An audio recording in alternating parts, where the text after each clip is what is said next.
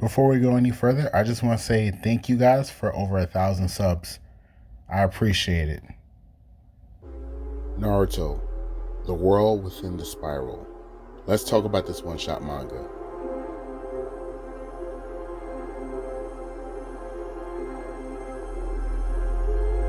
Hey, what's up guys? I'm your host KageX here, and before we go any further, please shuriken that like button, subscribe to the channel, and hit the notification bell.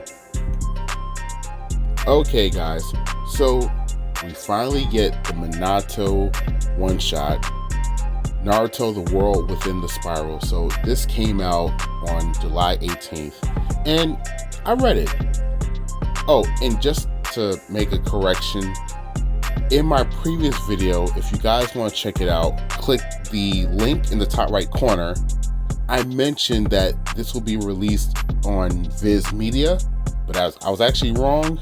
So just to correct you guys, if you want to go read this manga, it's for free. You can go and read it at mangaplus.com or go on Google, type in Manga Plus, and it'll pop up. Or if you have, an iPhone or Android, just download it on your Play Store or Google Store. So Manga Plus. Anyway, before I go any further, again, if you haven't read it, spoiler alert.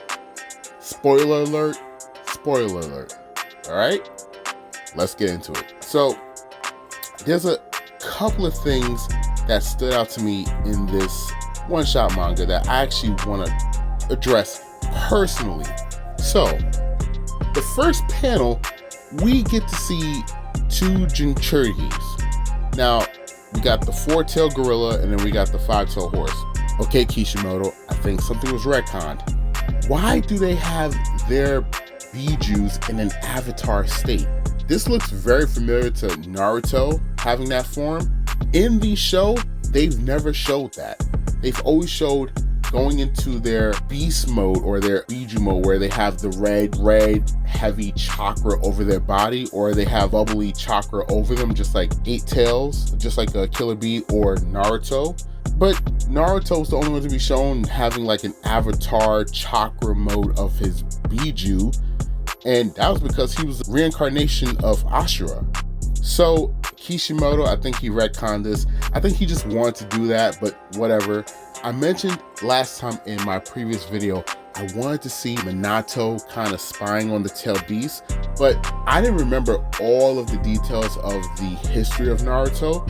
So this is actually helping me out a little bit. The 4 tails and the 5 tails, basically they already had Jinchurikis. They already had hosts to be able to be inside them. But again, it's not really explained in the main story, but whatever. This is a timeline somewhere around the 2nd Great Shinobi War or the 3rd Great Shinobi War. I'm not entirely sure. But we see Minato, he's actually looking at these guys, and this is the moment where he gets the idea of creating something that can counteract the Biju bombs or the tail beast bombs. So that was interesting. I'm like, okay, fine, whatever. And here's another thing. One other thing I want to point out. We get this black dude. Yeah, this is a Cloud Ops. I'm just saying, this is a Cloud Ops. We never seen no black ninja in the Hidden Leaf Village. Like, who is this guy? In my personal opinion, I think it's a Cloud Ninja. Just he defected, he left. They gave him asylum in Konoha. That's what I'm thinking. Like, Kishimoto, I love your work. I am a fan of Naruto. This is my favorite series. But like, why? And we do get a Sasuke lookalike.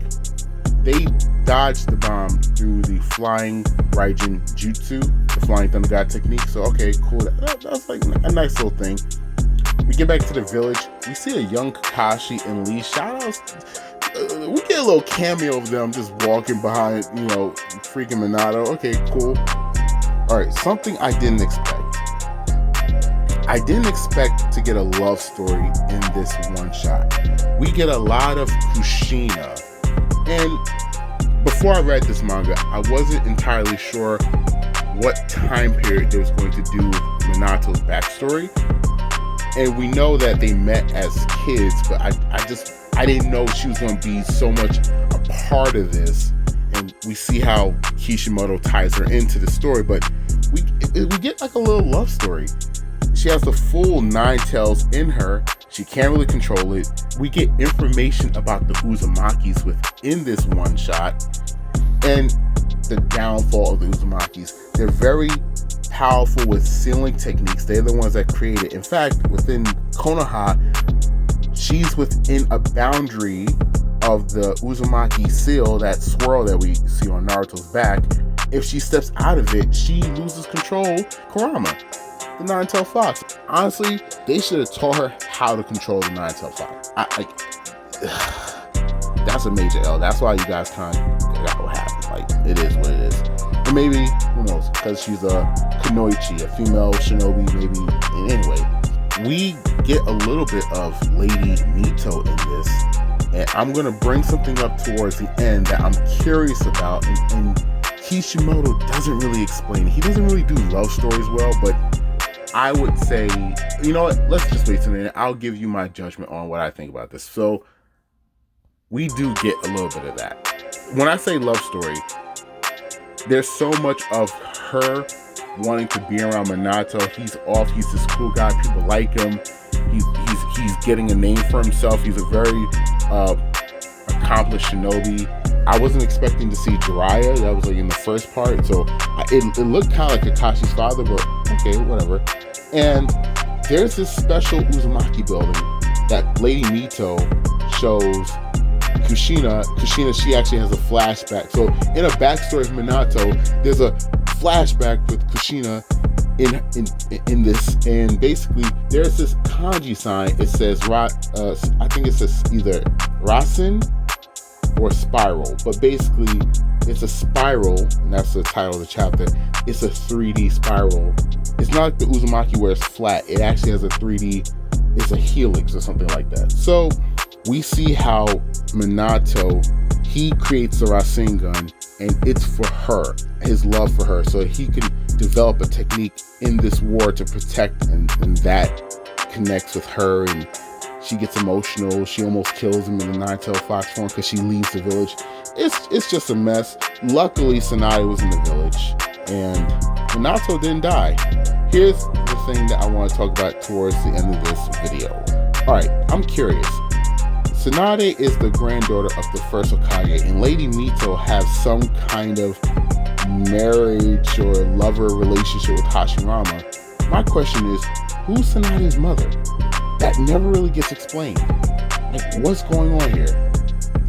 And listen, so my thoughts is that the love story that Kishimoto came up with, I actually don't mind. It's an okay love story.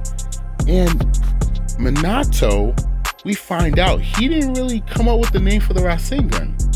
She actually did.